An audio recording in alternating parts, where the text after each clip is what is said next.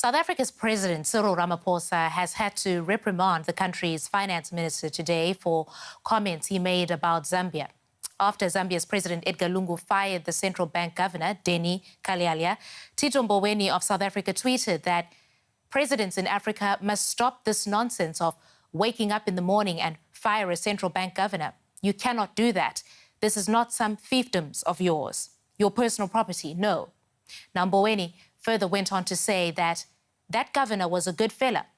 Why do we do these things as Africans? The president of Zambia must give us the reasons why he dismissed the governor, or else hell is on its way. I will mobilize. Mr. Mboweni has since deleted his tweets, but he did say that he stood by his statement, adding that the central bank independence was not negotiable. To talk more on this, we've invited Dr. Situmbeko Musogwetwana onto the program. He served as the finance minister of Zambia between 2008 and 2011. He is a member of the opposition United Party for National Development.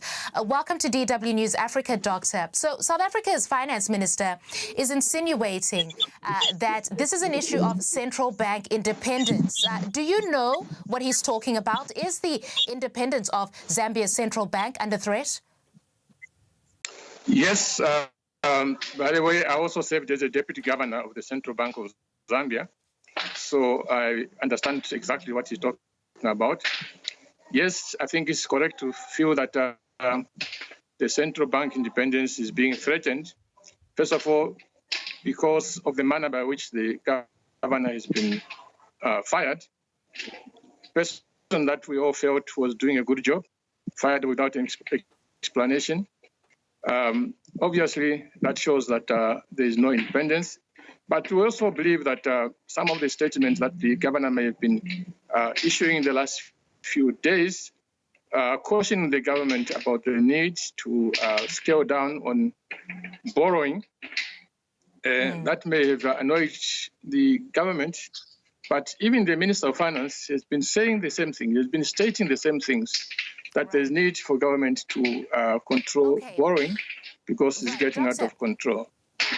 The leader of your party, Mr. Hakainde Hichilema, who challenged President Edgar Lungu, he wrote in a column that the sacking of the central bank governor, he called it another sad development for Zambia.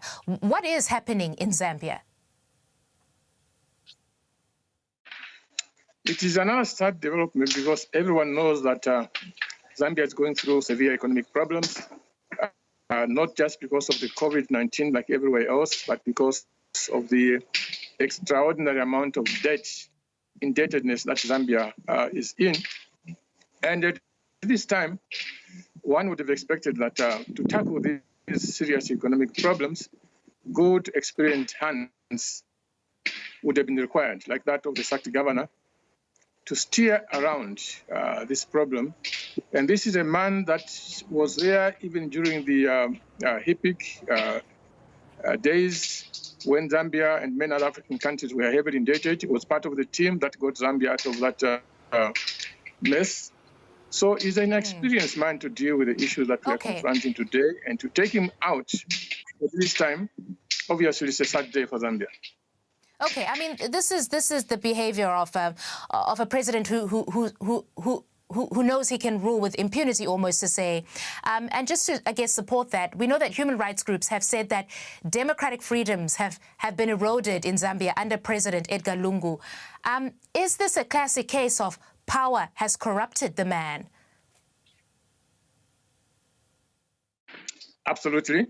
Just to give you a specific example, we are preparing for elections for next year, and part of that process, in compliance with the Constitution, says that the political parties themselves going to elections must go through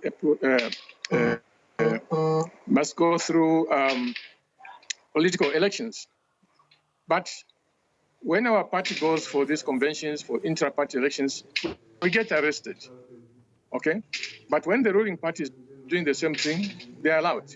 So how do you even start arresting parties doing inter-party elections in conformity with the Constitution that says that you cannot go into an election unless there's a democratic process within your own party?